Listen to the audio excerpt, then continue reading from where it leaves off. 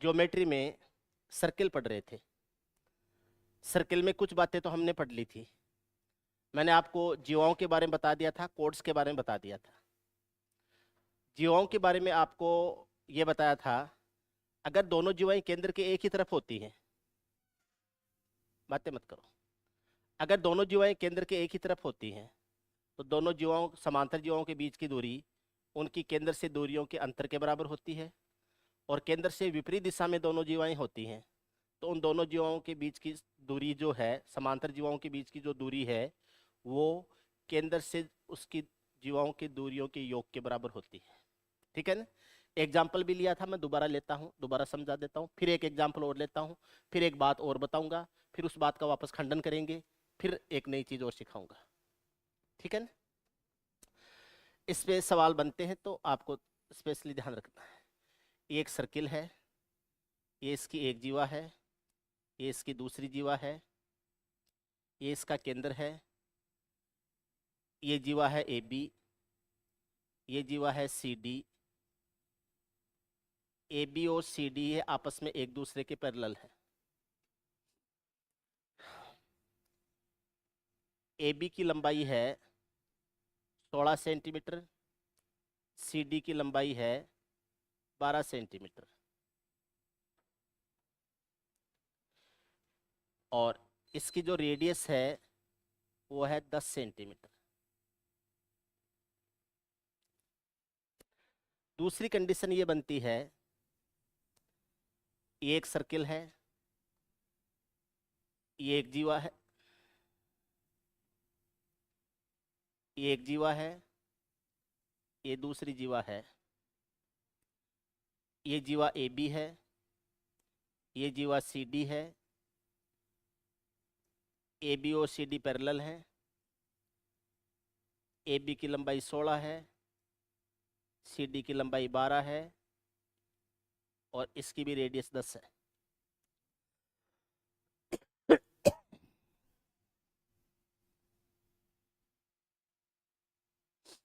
ये इसका सेंटर हो जाएगा, ओ हो जाएगा।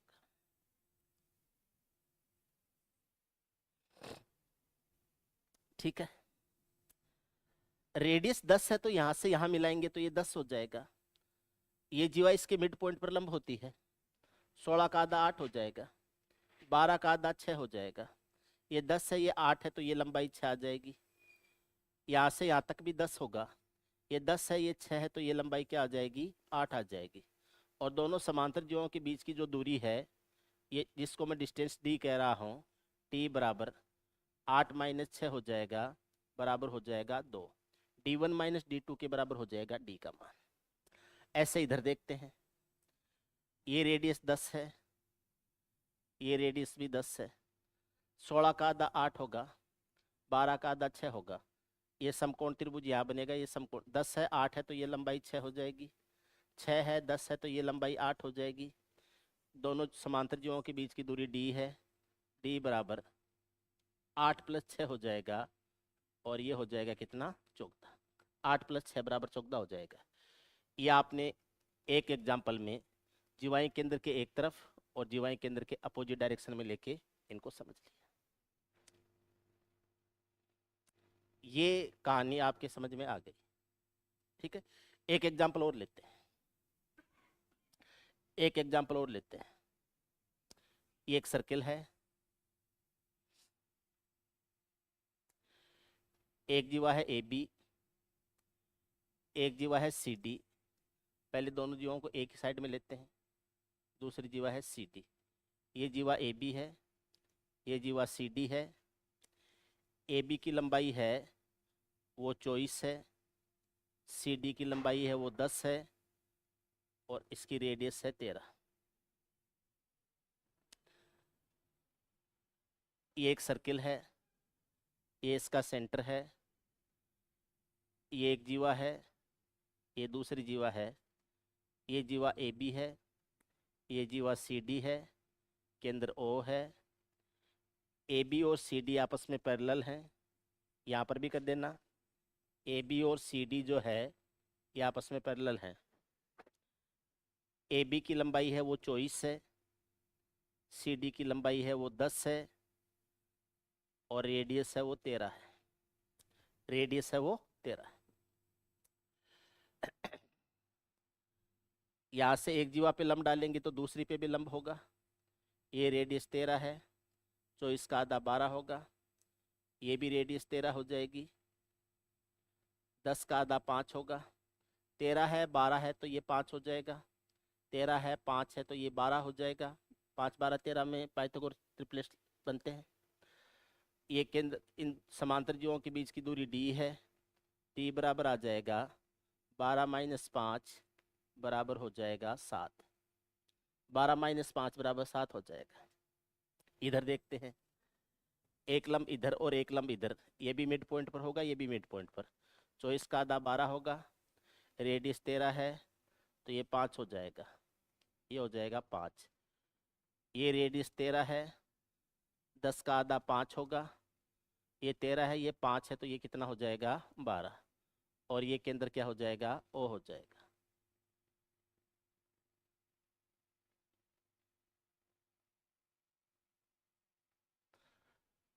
ये केंद्र समांतर जीवों के बीच की दूरी d है, d बराबर 12 प्लस 5 हो जाएगा और ये बराबर हो जाएगा 17। 12 माइनस 5 बराबर 7 आ जाएगा, 12 प्लस 5 बराबर 17 हो जाएगा। 12 माइनस 5 बराबर 7, 12 प्लस 5 बराबर 17।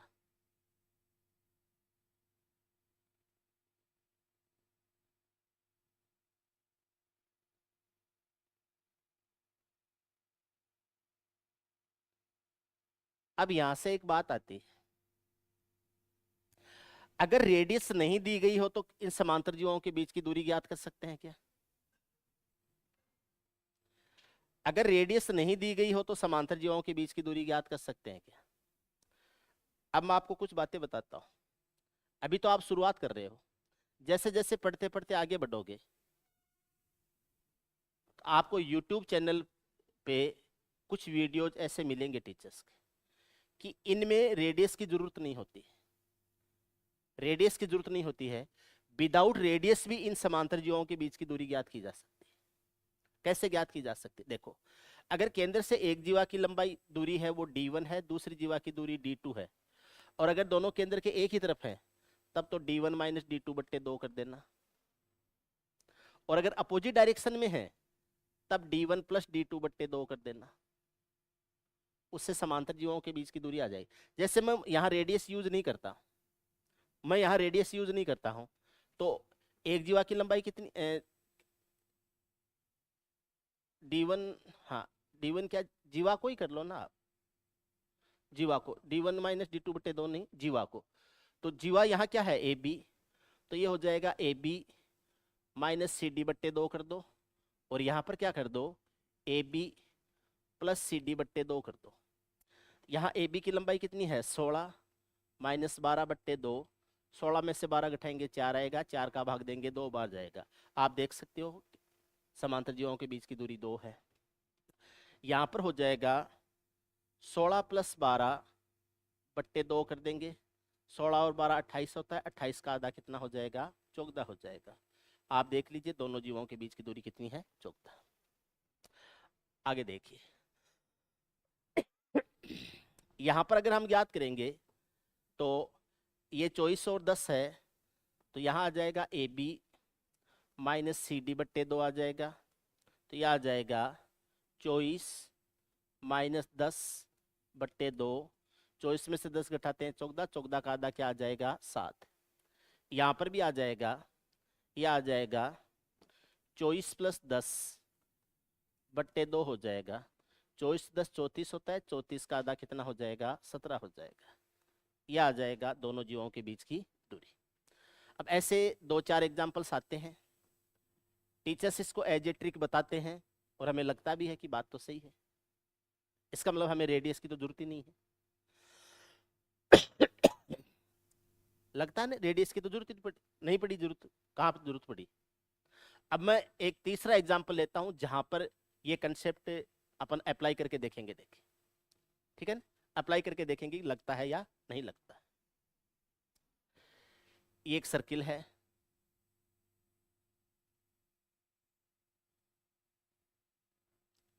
और ये इसका केंद्र है।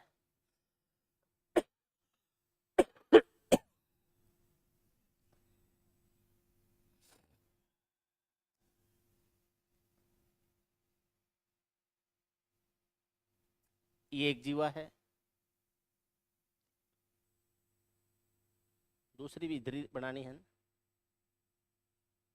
और ये दूसरी जीवा है। ठीक,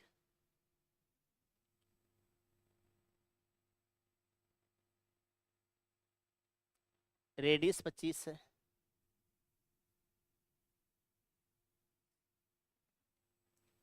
ये जीवा है ए बी और ये जीवा है सी डी।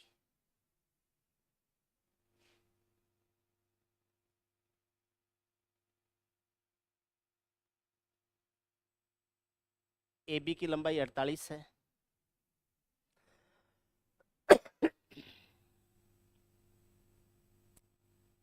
और सी डी की लंबाई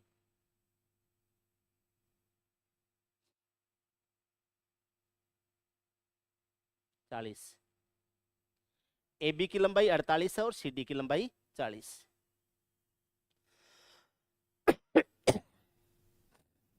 क्लियर हो गया? ये एक दूसरा सर्किल है,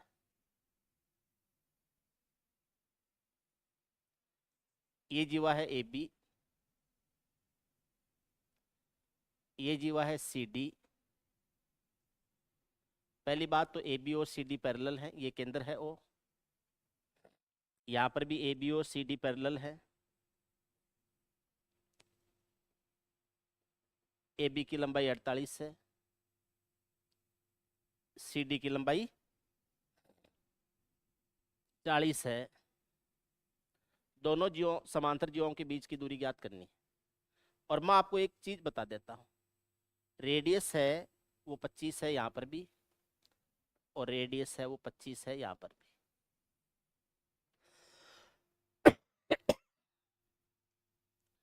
अगर हम रेडियस को यूज नहीं करते हैं तो क्या होता है, अब वो बता देता हूं। रेडियस को यूज नहीं करते हैं तो क्या होता है, पहले तो वो काम कर लेते हैं। अगर रेडियस को यूज नहीं करेंगे, दोनों जीवाएं केंद्र के एक ही तरफ है, इनके बीच की दूरी हो जाएगी 48 माइनस 40/2, और 8 का आधा कितना हो जाएगा, 4। ऐसे होगा। इधर दोनों जीवों के बीच की दूरी कितनी हो जाएगी, 48 + 40/2, 88 है, और 88 का आधा कितना आ जाएगा, 44। ये आ जाएगा 44। अब मैं आपको रेडियस यूज करते हुए बता रहा हूं क्या आएगा, एक्चुअल मान क्या आएगा। यहां से यहां लंब डालिए, रेडियस 25 है, 48 का आधा 24 हो जाएगा, 40 का आधा 20 हो जाएगा। 7, 24, 25 में पाइथागोरस ट्रिपलेट बनता है। 7, 24, 25 में पाइथागोरस ट्रिपलेट बनता है। तो 25 के स्क्वायर में 24 का स्क्वायर घटा के उसका रूट करेंगे तो ये 7 आ जाएगा।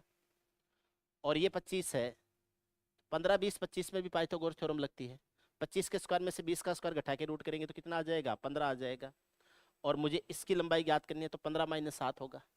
तो ये जो लंबाई आएगी ये 15 - 7 होगा, डी की लंबाई। और ये कितनी होगी, 8। 4 नहीं होगी, 8 होगी। इसका मतलब 4 तो गलत उत्तर हो गया। ऐसे इधर देखते हैं, मैं आपको बताऊंगा कि पूरा खेल है क्या। ये 48 है, 48 का आधा 24 होगा, 40 है, 40 का आधा 20 होगा। ये रेडियस 25 है, ये रेडियस 25 है, तो ये 15 हो जाएगा, ये 7 हो जाएगा। और इनके बीच की जो दूरी आएगी d बराबर 15 + 7 हो जाएगा, और ये क्या हो जाएगा, 22। ये तो जो 4 था उसका दुगुना हो गया, और यहाँ 44 था उसका आधा ही हो गया। ऐसा क्यों हुआ भाई? 44 आना चाहिए था लेकिन 22 ही आया है। यहाँ 4 आना चाहिए था लेकिन 8 आ गया। ऐसा क्यों हुआ, मैं आपको बताता हूँ ये कब लगता है। थोड़ा सा वापस चलते हैं, पीछे चलते हैं। एक्चुअली यहां पर हुआ क्या है, यहां पर 16 है, 12 है और 10 है। 16 का आधा करेंगे तो 8 बनेगा, 12 का आधा करेंगे तो 6 बनेगा, और ये रेडियस 10 है। तो 6, 8 और 10 में पाइथागोरस थ्योरम लगती है। 6, 8 और 10 में 6 का स्क्वायर प्लस 8 का स्क्वायर बराबर 10 का स्क्वायर होता है। तो यहां जो ट्राइंगल बनेगा, अब देखो मैं दो ट्राइंगल बना रहा हूं। एक ट्राइंगल तो बना रहा हूं येलो से,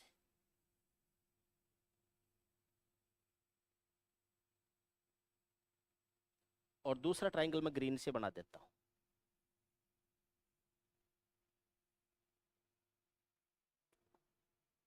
येलो वाले ट्राइंगल की भुजाएं हैं 6, 8 और 10। ग्रीन वाले ट्राइंगल की भुजाएं भी हैं क्या, 6, 8 और 10। येलो वाले में ये 8 है, ये 6 है और ये 10 है। ग्रीन वाले में ये 6 है, ये 8 है और ये 10 है। इसका मतलब जो येलो वाला ट्राइंगल है वैसा ही ग्रीन वाला ट्राइंगल है। जो येलो वाला ट्राइंगल है 6, 8, 10 वाला, ग्रीन वाला भी 6, 8, 10 वाला है। फर्क कहाँ आएगा, इसमें ये भुजा 8 है और इस ग्रीन वाले में ये वाली भुजा 8 है। इस येलो वाले में ये भुजा 6 है, ग्रीन वाले में ये भुजा 6 है। तो यहाँ का जो डिस्टेंस आएगा वो इस 8 और 6 का अंतर होगा। ये 8 होने से ये 6 हुई और ये 6 होने से ये 8 हुई। 10 तो दोनों में सेम है। ये 8 होने से ये 6 हुई और ये 6 होने से ये 8 हुई। और अब दोनों जीवों के बीच की दूरी ज्ञात करनी है, तो 8 - 6 हो जाएगा। 8 कैसे आया, ए बी का आधा करने से। 6 कैसे आया, सी डी का आधा करने से। और हमने इनके आधे करके, ये जो इसका यानी कि 16 का आधा 8 था वो तो ये लंबाई हो जाएगी, और 12 का आधा 6 था वो ये लंबाई हो जाएगी। इस जीवा का आधा है, इस जीवा का आधा, वो तो इस ट्राइंगल के लिए केंद्र से दूरी बनेगा। और इस जीवा का जो आधा है, इस जीवा का जो आधा है वो इस ट्राइंगल के लिए केंद्र से दूरी बनेगा। इसलिए ये केंद्र से दूरियों का अंतर लेते हैं, और ये अंतर क्या है, इन जीवाओं के अंतर के आधे के बराबर है। ऐसे ही यहां पर क्या होगा, जीवाओं के अंतर का जीवाओं का जो योग है उसका आधा हो जाएगा। कैसे होगा, यहाँ ट्राइंगल बन रहा है 6, 8, 10 वाला, यहाँ भी ट्राइंगल बन रहा है 6, 8, 10 वाला। यहाँ पर ये भुजा 6 है तो यहाँ ये भुजा 6 हो जाएगी, ये भुजा 8 है तो ये भुजा 8 हो जाएगी। तो ये जो ट्राइंगल बन रहा है और ये जो ट्राइंगल बन रहा है, ये दोनों सेम ट्राइंगल बन रहे हैं। यहाँ पर ये जो ट्राइंगल बन रहा है ये 6, 8, 10 वाला है, तो ये भी तो 6, 8, 10 वाला है। फर्क क्या आ रहा है, ये इस ट्राइंगल में ये भुजा 6 है और इस ट्राइंगल में ये भुजा 6 है। इस ट्राइंगल में ये भुजा 8 है और इस ट्राइंगल में ये भुजा 8 है। तो ये जो अंतर आएगा वो इस 8 और 6 का ही तो आएगा। ये 8 है तो इसकी 8 हो गई, ये 6 है तो ये इसकी 6 हो गई। तो ये जो 8 और 6 का अंतर है, 8 कैसे आया, 16 का आधा करने से। 6 कैसे आया, 12 का आधा करने से। तो या तो आधे करके अंतर कर दो या अंतर करके आधा कर दो, इसलिए अंतर करके आधा कर दिया। यहां पर क्या किया हमने, योग करके आधा कर दिया, क्योंकि यहां पर जोड़ना होता है। तो इसका आधा है जो ये 16 है उसका आधा है 8 होता है। तो ये 8 वाली लंबाई तो इधर आ जाएगी, ये 6 वाली लंबाई है ये इस ट्राइंगल की आ जाएगी। तो ये 8 + 6 हो गया, यानी आपने आधे करके जोड़ दिए। आधे करके जोड़ दो या जोड़ के आधा कर दो, एक ही बात होती है। तो ये 8 और 6 कितना हो जाएगा, 14 हो जाएगा। ऐसे ही देखो इस ट्राइंगल में, देखो आप इस ट्राइंगल में कितना है। जैसे मैं ग्रीन वाला ट्राइंगल बनाऊं तो ग्रीन वाला ट्राइंगल बनता है ये वाला, और येलो वाला ट्राइंगल बनाऊं तो येलो वाला ट्राइंगल बनता है ये वाला, ये वाला। ग्रीन वाले ट्राइंगल की भुजाएं क्या है, 5, 12 और 13। येलो वाले ट्राइंगल की भुजाएं क्या है, 5, 12 और 13। तो ये 5 होने से ये 12 हो गई और ये 12 होने से ये 5 हो गई। तो ये जो अंतर यहाँ पर जो इनके बीच की डिस्टेंस आएगी, ये 12 - 5 आएगा। 12 कैसे हुआ, इस 24 का आधा करने से। 5 कैसे हुआ, इस 10 का आधा करने से। तो आपने आधे करके डिफरेंस ले लिया, तो आधा करके डिफरेंस ले या डिफरेंस लेके आधा कर दो। इसलिए मैंने इन दोनों जीवों का डिफरेंस लेके आधा कर दिया, ऐसे एज ए ट्रिक यूज किया। ऐसे ही अगर मैं यहाँ देखूं, यहाँ पर देखूं, तो यहाँ पर क्या कर देंगे, आधा आधा करके जोड़ देंगे या जोड़ के आधा कर देंगे। ये जो पूरा कितना था, 24 था, 24 का आधा 12 हुआ। ये 12 वाली भुजा लंबाई दूरी इधर आ गई, और ये 10 का आधा 5 हुआ, वो 5 वाली दूरी यहाँ आ गई। तो आपने 24 का आधा 12 किया और 10 का आधा 5 किया और उनको आपस में जोड़ दिया। या 24 का आधा 12 + 10 का आधा 5, 12 और 5 कितना हो गया, 17। या 24 + 12 34 करके 2 का भाग देंगे तो भी क्या आ जाएगा, 17। इसलिए हमने इसको यूज कर लिया। इसका मतलब क्या हो गया, हमें पता कैसे चला कि यहाँ वाली भुजा इधर और यहाँ वाली भुजा इधर आएगी। इसका पता इस कारण से चला कि ए बी का आधा कर दिया सी डी का आधा कर दिया, ए बी के आधे में और सी डी के आधे में और इसके रेडियस में पाइथागोरस थ्योरम बननी जरूरी है। 24 का आधा 12 है, 10 का आधा 5 है और ये 13 है। 5 12 13 में पाइथागोरस ट्रिपलेट बनते हैं, पाइथागोरस थ्योरम बनती है। इधर भी 5 12 13 वाला ही बन रहा है। यहां पर देखेंगे तो ये बनेगा 16 का आधा 8 है, 12 का आधा 6 और ये 10 है, तो 8 6 और 10 में पाइथागोरस थ्योरम लगती है। इधर देखेंगे 16 का आधा 8 है, 12 का आधा 6 है और रेडियस 10 दे रखी है, तो 8 6 और 10 में पाइथागोरस थ्योरम लगती है, डेफिनेटली लगती है। अब मैं आपको इस वाले डायग्राम में लेके आता हूं। इस वाले में यहां पर मैं एक येलो वाला डायग्राम बनाता हूं। येलो वाला डायग्राम तो बन जाएगा ये वाला, ये ट्राइंगल, और एक ग्रीन से बनाता हूं, ग्रीन वाला ट्राइंगल बन जाएगा ये वाला। अब रेडियस तो दोनों की 25 25 है, लेकिन आप थोड़ा सा मुझे बताओ, 40 का आधा 20 होता है, 48 का आधा 24 होता है, क्या 20 24 और 25 में पाइथागोरस थ्योरम बनती है क्या? 20 24 और 25 में बनती है क्या? नहीं बनती है। 20 और 25 के साथ में 15 के साथ में बनती है। अगर कर्ण वाली भुजा 25 है, एक समकोणीय भुजा 20 है, तो 15 के साथ में बनती है, 25 के साथ 24 के साथ में नहीं बनती। और अगर 25 और 24 को लेते हैं तो फिर 7 के साथ में बनती है, 7 24 25 होता है। इसका मतलब क्या होगा, यहां जो ट्राइंगल बन रहा है ये येलो वाला और ये ग्रीन वाला ट्राइंगल है, ये डिफरेंट है, डिफरेंट ट्राइंगल है। देखो ये 7 24 25 वाला है और ये 15 20 25 वाला है। वहां पर 6 8 10 वाला ही वो था और 6 8 10 वाला ही वो था। वो 5 12 13 वाला था और वो भी 5 12 13 वाला था। यहाँ डिफरेंट हो जाएंगे। ये 7 24 25 वाला है और ये बन जाएगा 15 20 25 वाला।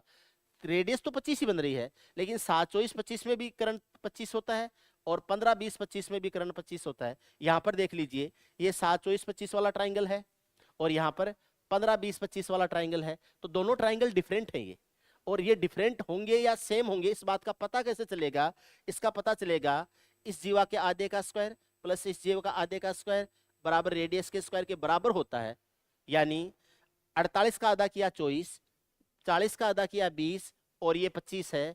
तो अगर 20 में 24 में और 25 में पाइथागोरस थ्योरम लगती है, पाइथागोरस थ्योरम बनती है, तब तो एक साइड में जीवाएं हैं तो अंतर का आधा कर दो और अपोजिट डायरेक्शन में जीवाएं हैं तो जोड़ के आधा कर दो। ये कंडीशनल है, कब लगेगा और कब नहीं लगेगा, तब तो ऐसे कर दो। और अगर ऐसा नहीं है, अगर ऐसा नहीं है, यहां लग रहा है, देखो 16 का आधा 8, 12 का आधा 6 और रेडियस कितनी है 10, यहां लग रहा है, कर दीजिए, आंसर आ जाएंगे। यहां देख लीजिए 24 का आधा 12, 10 का आधा 5, 12 5 और 13 में पाइथागोरस थ्योरम लगती है, अप्लाई कर दीजिए, आंसर आ जाएंगे। यहां पर भी आ जाएंगे और यहां पर भी आ जाएंगे। ठीक है, यहां पर देखिए, यहां पर देखिए,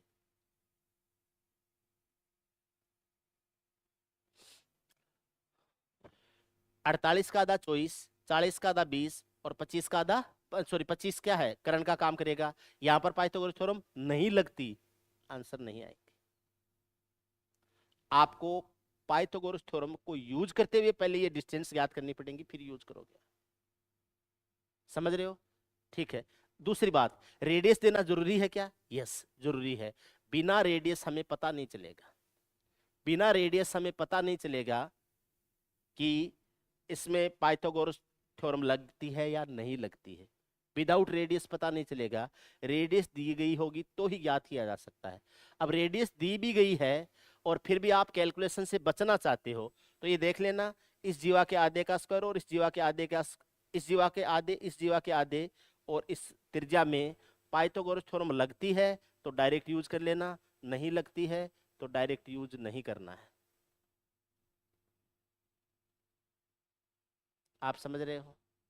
पक्की बात है? ठीक है, मैं आपसे एक सवाल अपन और कर लेते हैं। एक सर्किल है, उसमें ए बी और सी डी जो है आपस में पैरेलल हैं। ए बी की लंबाई है वो 30 सेंटीमीटर है, CD की लंबाई है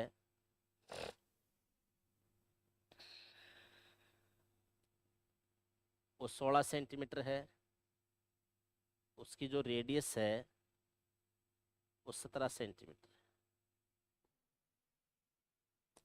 है। AB और CD केंद्र के एक ही तरफ है, समांतर हैं। AB एवं CD के बीच की दूरी क्या होगी? ये पहला सवाल है। दूसरा सवाल है AB और CD केंद्र के विपरीत ओर है,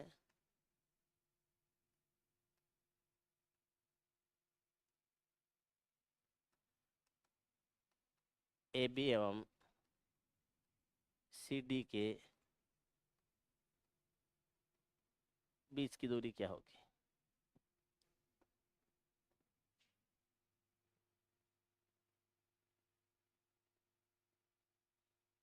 बताइए।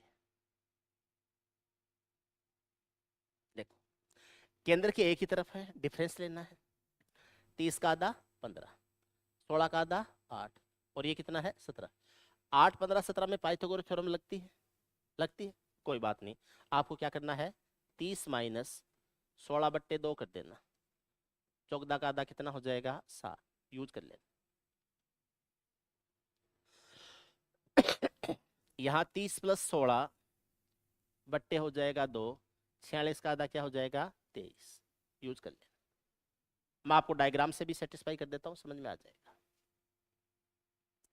ये केंद्र है, ये एक जीवा है, ये दूसरी जीवा है।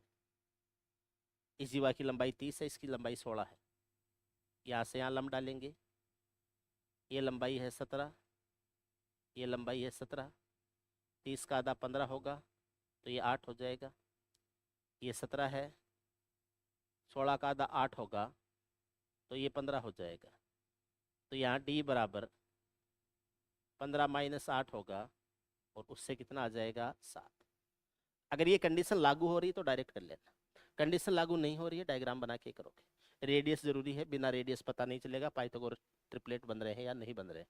रेडियस नहीं दी गई है, आपका आंसर होगा ज्ञात नहीं कर सकते। ठीक है, हाँ एक कंडीशन में ज्ञात कर सकते हैं। अगला बोले कि केंद्रों के बीच की दूरी एक पूर्णांक है। पूर्णांक है तो फिर आप सोच के कर सकते हो कि क्या हो सकता है।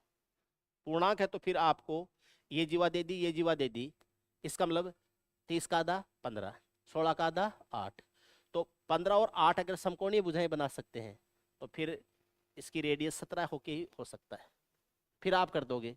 आपको ये बोले कि उनकी समांतर जीवों के बीच की दूरी एक पूर्णांक है या एक परिमेय संख्या है जिसमें रूट वगैरह में आंसर नहीं आ रहे हैं, तब रेडियस नहीं दी गई है तो भी आंसर ज्ञात कर सकते हैं। लेकिन अगर ऐसा कुछ नहीं दिया गया है तो विदाउट रेडियस आपको पता नहीं चलेगा कि उसमें पाइथागोरस ट्रिपलेट बन रहा है या नहीं बन रहा है। ठीक है, ऐसे ही इधर हो जाएगा। ये इसका सेंटर है, यहाँ से यहाँ मिला दो, यहाँ से यहाँ मिला दो। ये 30 है, ये 16 है। 30 का आधा 15 होगा, 16 का आधा 8 होगा। ये 17 है, ये 17 है। 17 है 8 है तो ये 15 हो जाएगा। 15 है 17 है तो ये 8 हो जाएगा। और ये 15 प्लस 8 बराबर हो जाएगा कितना 23। देखो ट्राइंगल यहाँ 8 15 17 बन रहा है, यहाँ पर भी 8 15 17 बन रहा है। ये तभी बनेगा जब ये पाइथागोरस ट्रिपलेट्स होंगे तब, अदरवाइज नहीं बनेगा।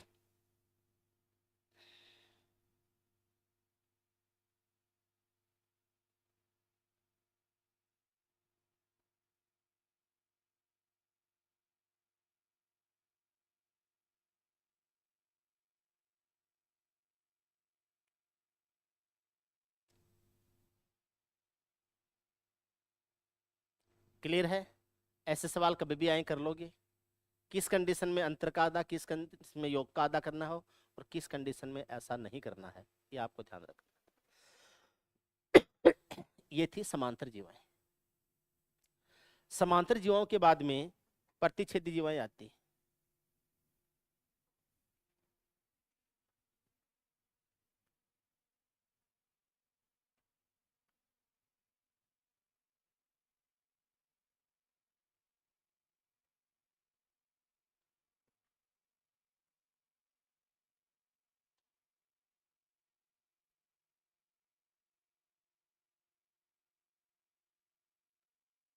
Intersecting codes.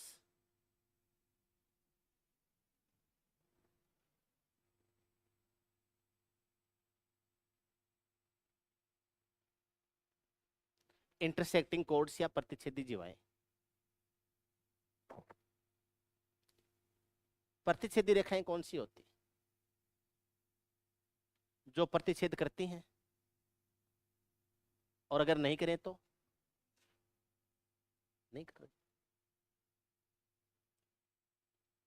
जो प्रतिच्छेद करती हैं या प्रतिच्छेद कर सकती हैं, यानी समांतर नहीं है तो वो प्रतिच्छेदी होंगी। अगर समांतर नहीं है तो प्रतिच्छेदी होंगी। जैसे एक सर्किल है, ये इसकी एक जीवा ये है, एक जीवा ये है, प्रतिच्छेद कर रही हैं, प्रतिच्छेदी जीवाएं हैं।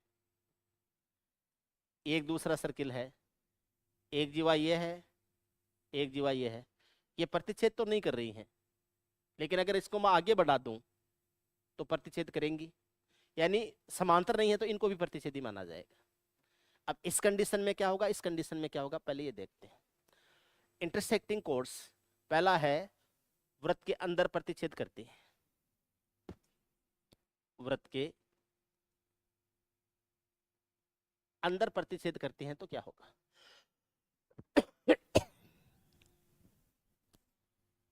ये एक सर्किल है, के अंदर ओ है, एक जीवा है ए बी,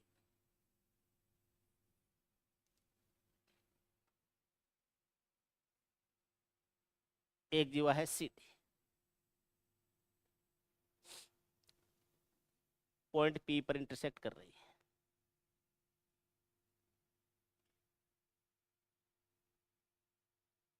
दिख रहा है? आपने अभी मैंने कुछ पढ़ाया ही नहीं, चलो बता। आपने एक बात पढ़ी है, किसी भी वृत्त में एक ही वृत्तखंड में बने हुए कोण बराबर होते हैं सर। या तो एडी और बीसी को मिला दो, या एसी और बीडी को मिला दो। तो मैं ऐसे करता हूं, एडी और इधर बीसी को मिला देता हूं, मिला दिया। अब मैं जो बोल रहा हूं उसको देखना आप। बीडी के द्वारा यहां पर बना हुआ कोण थीटा है, तो बीडी के द्वारा यहां पर बना हुआ कोण थीटा होगा। बीडी ने परिधि के बिंदु ए पर कोण बनाया थीटा, तो यही बीडी परिधि के बिंदु सी पर कोण बनाएगा थीटा। हाँ या ना बोलो। बीडी ने ए पर थीटा कोण बनाया, तो बीडी है वो सी पर भी थीटा कोण बनाएगा। एक ही वृत्तखंड में बने हुए, यानी अगर मैं बीडी लाइन बनाऊं, ऐसे ऐसे बीडी लाइन बनाऊं, तो इधर वाला एक वृत्तखंड हो जाएगा, इधर वाला दूसरा वृत्तखंड हो जाएगा। तो बीडी के एक ही तरफ है ए और सी दोनों, तो एक ही वृत्तखंड में बने हुए सारे कोण बराबर होते हैं। तो अगर मैं बीडी के द्वारा, बीडी लाइन बना भी सकते हो, और अभी नहीं बना रहे हो तो अभी एक बार रुक जाओ, अभी थोड़ी देर बाद में बना भी दूंगा मैं। बीडी के द्वारा ए पर थीटा बन रहा है, तो बीडी के द्वारा सी पर भी थीटा बनेगा। क्लियर है क्या ये बात? एकदम यस। अब मैं दूसरी बात बोल रहा हूं, उसको ध्यान से सुनना। एसी के द्वारा डी पर अल्फा बन रहा है, एसी के द्वारा बी पर भी अल्फा बनेगा। एसी के द्वारा डी पर अल्फा बन रहा है, तो एसी के द्वारा बी पर भी तो अल्फा बनेगा। अगर मैं एसी लाइन को बनाऊं तो एसी एक जीवा बनेगा, और एसी से इधर वाला एक वृत्तखंड है ये पूरा। तो एसी के द्वारा मैं इधर कहीं भी एंगल बनाऊं, ए और सी को यूज करते हुए इधर कहीं भी मिला दूं, वो जो सारे कोण है वो बराबर ही होंगे।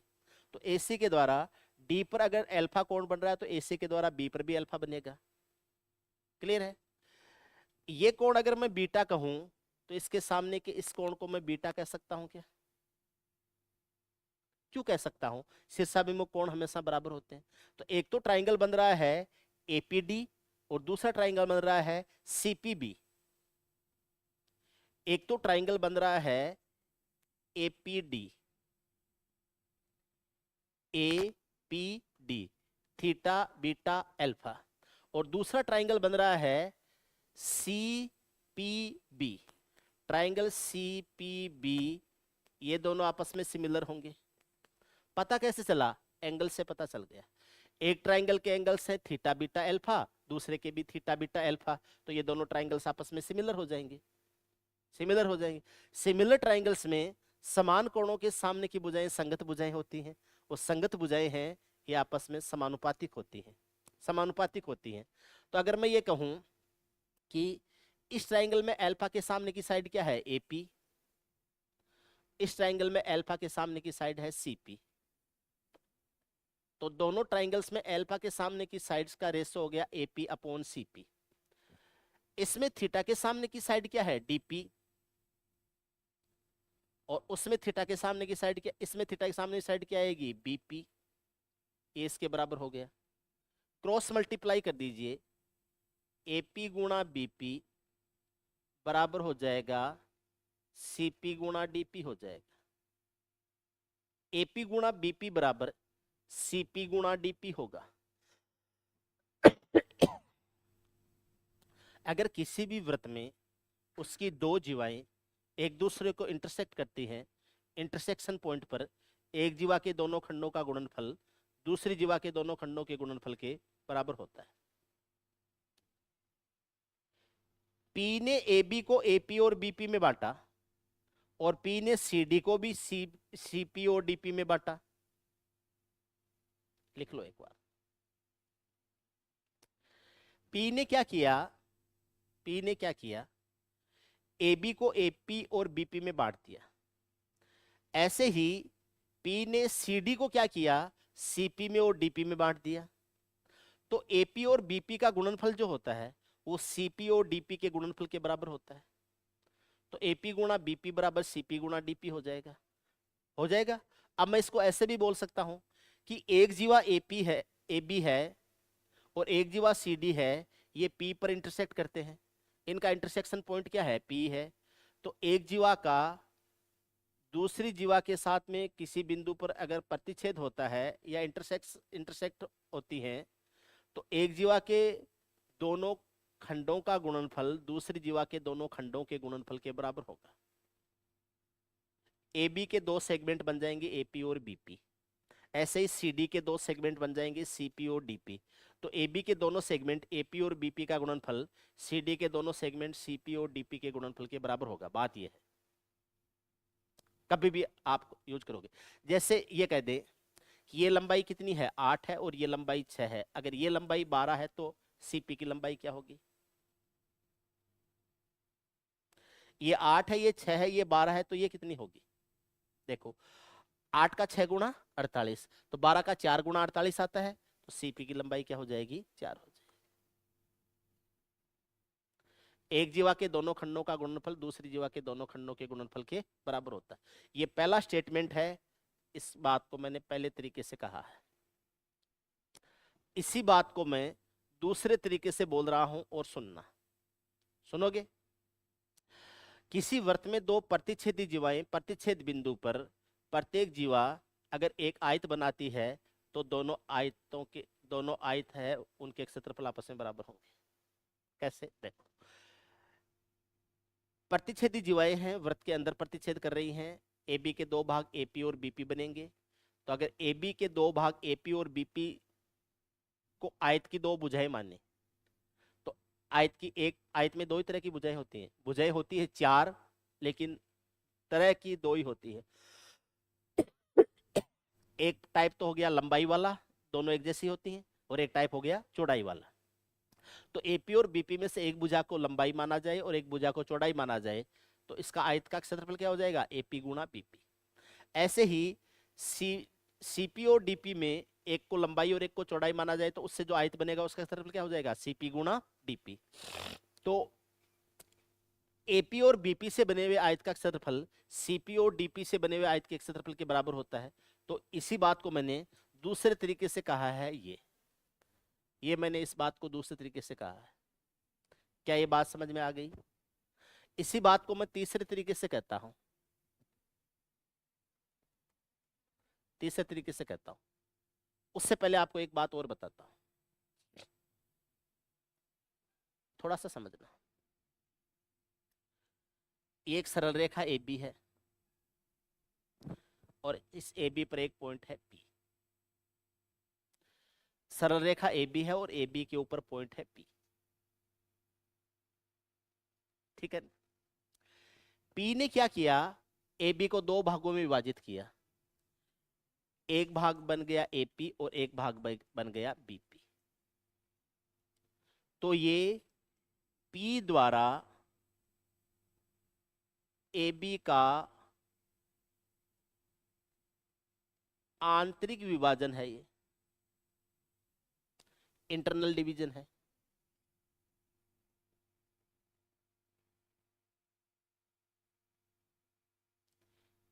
और ये जो एपी और बीपी हैं ये इसके आंतरिक विभाजक हैं, इंटरनल डिवीजन है।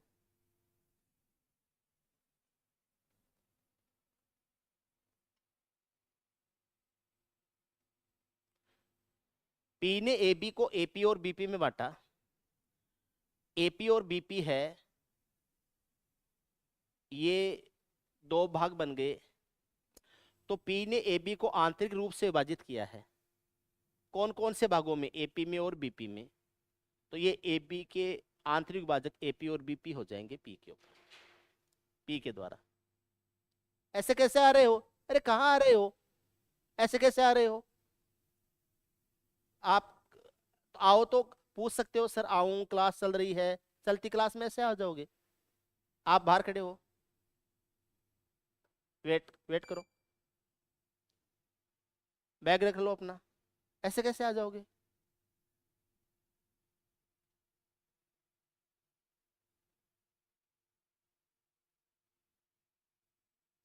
मैं आपको बहुत सारी चीजें अलाउ करता हूं, इसका मतलब ये नहीं है कि वो आपके अधिकार है, वो आपको ग्रांट है। ग्राउंड ग्रांट पे दावे नहीं किए जा सकते, अधिकारों पे किए जा सकते। जो चीजें आपको ग्रांटेड हैं उनके ऊपर दावे नहीं जताए जाते।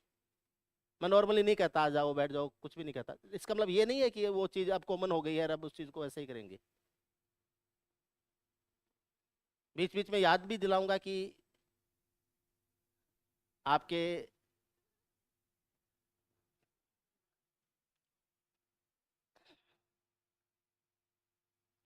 ये पी ए बी को आंतरिक रूप से विभाजित करता है एपी में और बीपी में, और एपी और बीपी है वो ए बी के आंतरिक विभाजक माने जाते हैं।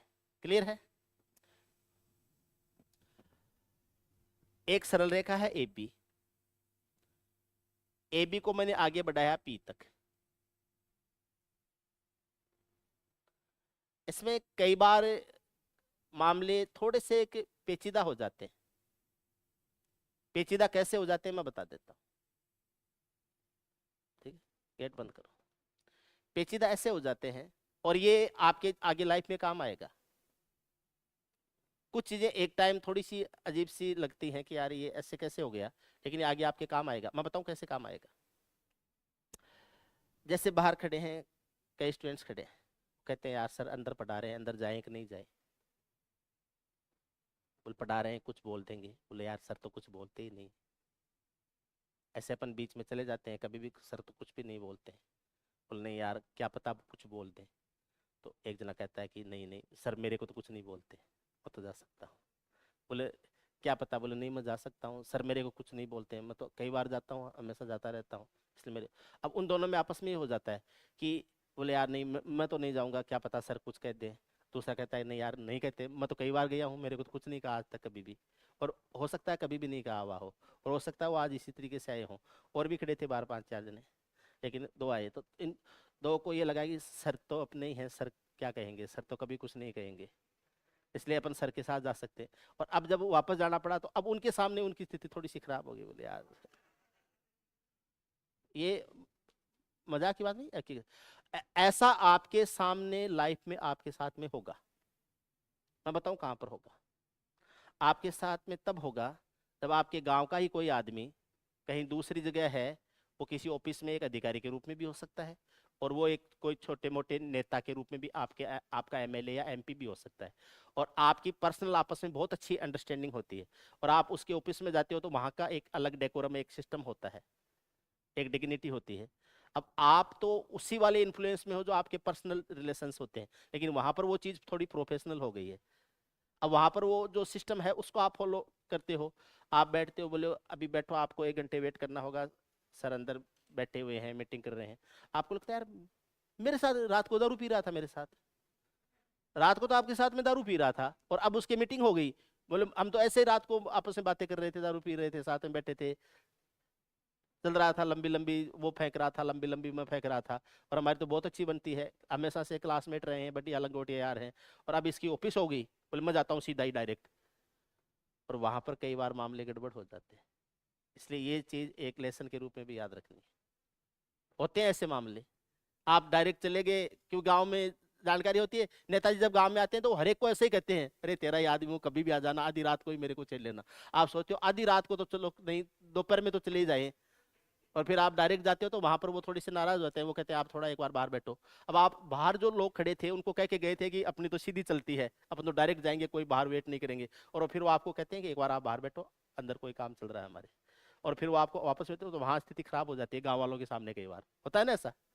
गाँव के पास साजने मिलने जाते हैं, अंदर राम केस जी बैठे हुए हैं, मुरारी लाल जी मान लो, किरोड़ी लाल जी मान लो, बेनीवाल मान लो, जिसके जिस नेता के उसी का बता देंगे आपको, ठीक है, बलजीत यादव मान लो, किसी को ही मान लो, ठीक है। अब आप डायरेक्ट भजन लाल मान लो, बोले हमारे साथ वो तो दूध बेचता था बस में, हम तो सीधे जा सकते, अब सीधे थोड़ी जा सकते, नहीं जा सकते, वहां पर स्थिति चेंज हो जाती है, इसलिए जरूरी होता है, ठीक है।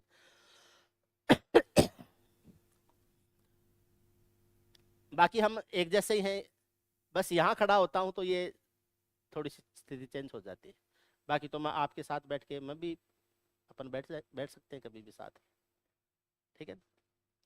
कभी भी आप कह सकते हो कि सर आ जाओ आज पार्टी करते हैं, तो करेंगे पार्टी, लेकिन यहाँ आके वो चीजें चेंज हो जाएगी, ठीक है।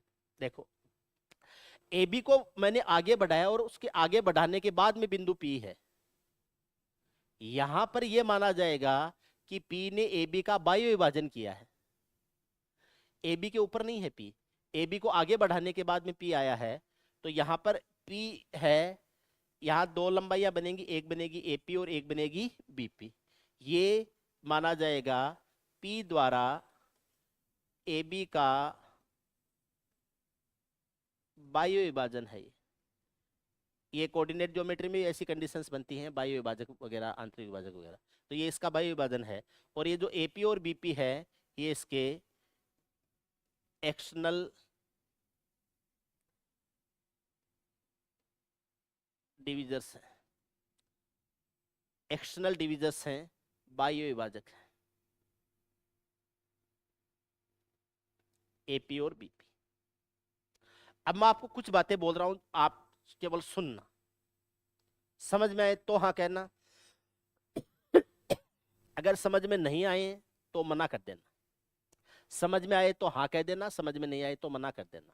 कुछ बातें बोल रहा हूं, ध्यान से सुनना। पहली बात बोलता हूं,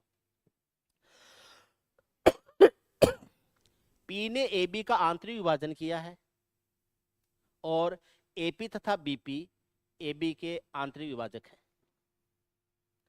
P ने AB का आंतरिक विभाजन किया है, AP तथा BP AB के आंतरिक विभाजक है। क्लियर है? अब मैं सेंटेंस को चेंज कर रहा हूं, B ने AP का बाह्य विभाजन किया है, इसी लाइन पर बोल रहा हूं, B ने AP का बाह्य विभाजन किया है, AB तथा PB AP के बाह्य विभाजक हैं। B ने AP का बाह्य विभाजन किया है, ठीक है। AB तथा PB AP के बाह्य विभाजक है। दो बातें हो गई। तीसरी बात बोल रहा हूं, A ने BP का बाह्य विभाजन किया है, A ने BP का बाह्य विभाजन किया है, AB तथा AP AB तथा AP BP के बाह्य विभाजक है, या BA तथा PA BP के बाह्य विभाजक है। क्लियर है? इधर बोल रहा हूं, P ने AB का बाह्य विभाजन किया है, P ने AB का बाह्य विभाजन किया है, AP तथा BP AB के बाह्य विभाजक है। अब दूसरा बोल रहा हूं, A ने PB का बाह्य विभाजन किया है, A ने PB का बाह्य विभाजन किया है, AP तथा AB या पीए तथा बीए बीपी के वायु विभाजक हैं।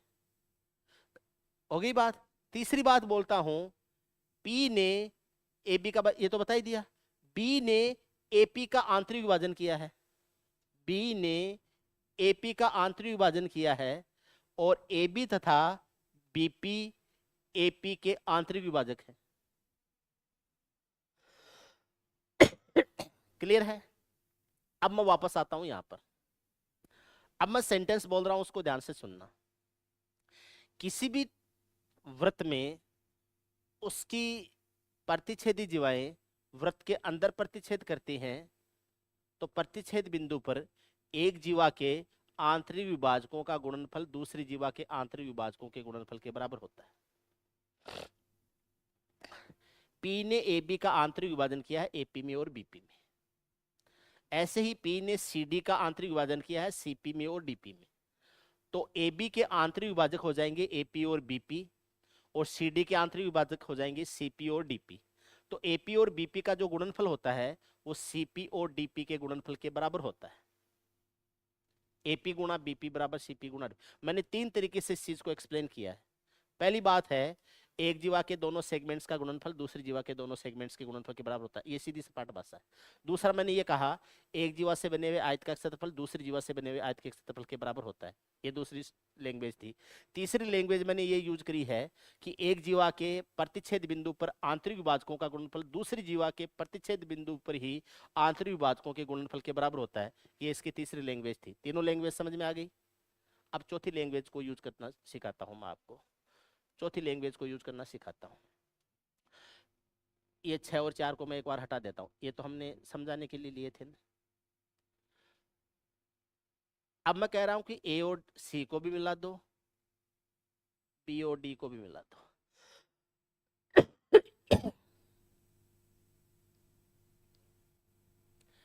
ए और सी को भी मिला दो, बी और डी को भी मिला दो, इधर भी 2 ट्राइंगल और बन जाएंगे।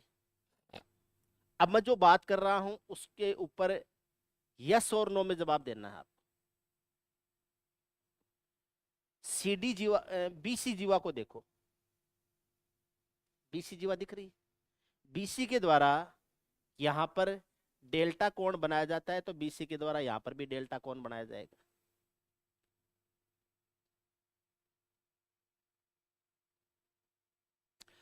अब एडी जीवा को देखो, दिख रहा है, एडी के द्वारा यहां लेमडा बनाया जा रहा है, तो एबी के द्वारा यहां पर भी लेमडा बनाया जाएगा। एडी के द्वारा, एडी के द्वारा यहां लेमडा बनाया जा रहा है, तो एडी के द्वारा यहां पर भी लेमडा बनाया जाएगा। तो मैं ये कह सकता हूं कि ट्राइंगल एपीसी, ये कह सकता हूं कि ट्राइंगल एपीसी, ट्राइंगल एपीसी और ट्राइंगल डीपीबी, है ना, डीपीबी, ट्राइंगल डीपीबी, ये भी आपस में सिमिलर हो जाएंगे। अगर 2 ट्राइंगल्स आपस में सिमिलर हो जाते हैं तो उनकी संगत भुजाएं हैं वो समानुपातिक हो जाएंगी। डीपीसी जो है, ये डीपीसी है, कौन सा DPC, DPC, APC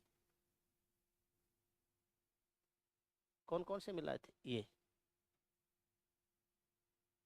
APC, APC तो ये था, डीपीबी है ना, डीपीबी ये था, है ना। तो मैं ये कह सकता हूं कि एपीसी में लेमडा के सामने की साइड है एपी और इसमें लेमडा के सामने की साइड है डीपी, बराबर इसमें डेल्टा के सामने की साइड है सीपी और इसमें डेल्टा के सामने की साइड है बीपी। आपस में गुणा कर दीजिए, एपी गुणा बीपी बराबर सीपी गुणा डीपी हो जाएगा। एपी और बीपी का गुणनफल सीपी और डीपी के गुणनफल के बराबर आ जाएगा। एपी गुणा बीपी बराबर सीपी गुणा डीपी।